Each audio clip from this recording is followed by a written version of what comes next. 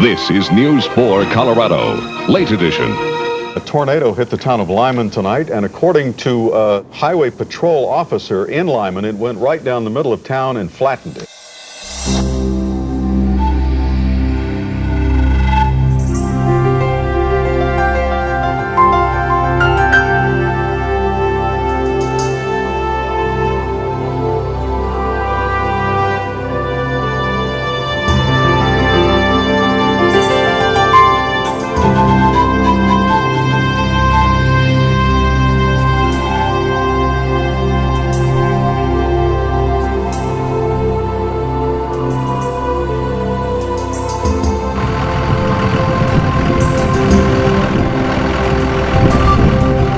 We were standing there looking out the window because it was some big hail and wind was blowing really hard, and just kind of you knew something was not probably right.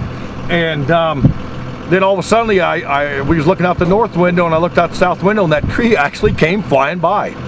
And then the end of the house, we found out it was all gone, and I looked out and the barn was gone, and it was a mess.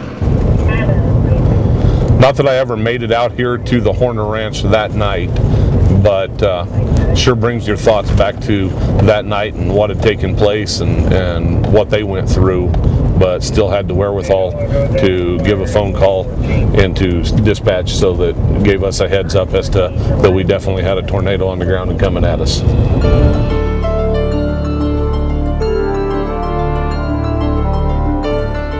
Just drove around looking, and it just reminded me of a war zone. When I walked out the door, saw a trailer house in the tree and upset camper in the front. And then as I walked various areas, and walls were gone, some buildings were virtually gone. The main thing we were concerned about is trying to get power to where the water pumping was, in case we had a fire. When I got here, there were several people here already, and we listened to the wind and knew that something terrible was going on, had a lot of prayer. The rumble and the roar sounded like a train. Even though we lived 7 miles south of town, we could see the clouds and all the commotion that was going on. Dad was here running the store. Mom was actually at the house.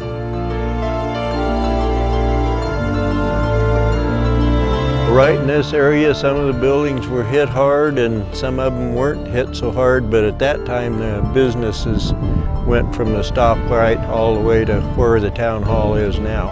It was chaos for all those people, that's for sure.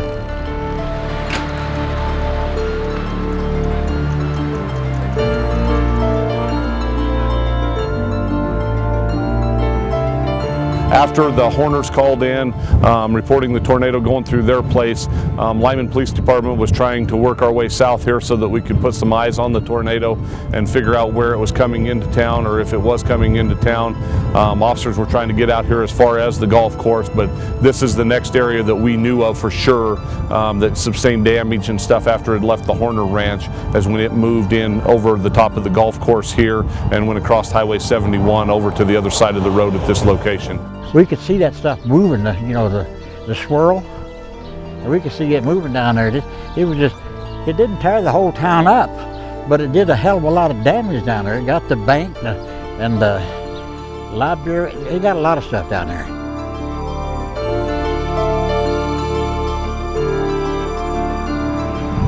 Now we're on Colorado Street, headed back to the east, about 3/4 of a mile. Came through the open pasture here back to our right and moved through the feedlot, destroying some cattle and a lot of their corrals and pens that they had set up here at the feedlot. And this is where we knew for sure that it was coming in to take a direct hit in the middle of town. Just lots of clutter, bricks, concrete, glass, personal effects scattered everywhere. They didn't have enough room to gather everybody together, so they had to separate them into coolers and downstairs basement.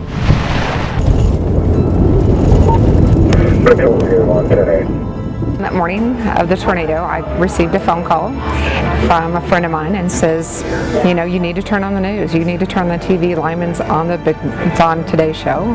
I'm like, Lyman's on the Today Show? Okay, so I turn it on to see the chief of police telling everybody, the nation, that Limon has been hit by a tornado and the main part of town had been devastated. We was at the church for an evening meal and the storm coming in. When it was over with, I left the church and came over here and got to the reg station where the gas coming into town. I turned it off there. We're currently at the town hall, the new town hall. This is the one that was built after the tornado wiped out our old town hall. The tornado came through the feedlot, through the big sandy creek behind us, and then straight down what we call E Avenue, which is our main business district part of town.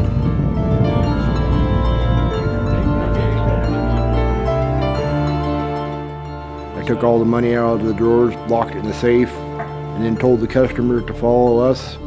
And we sat down in between the freezer and the cooler on the floor just until the storm was over.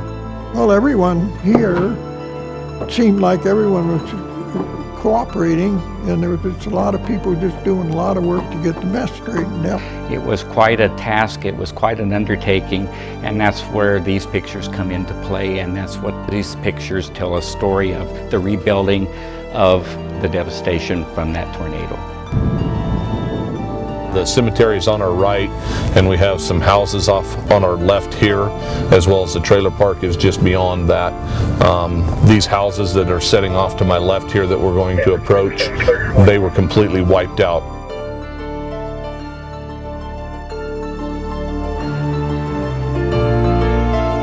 This story is one of overcoming and rebuilding and triumph for the town.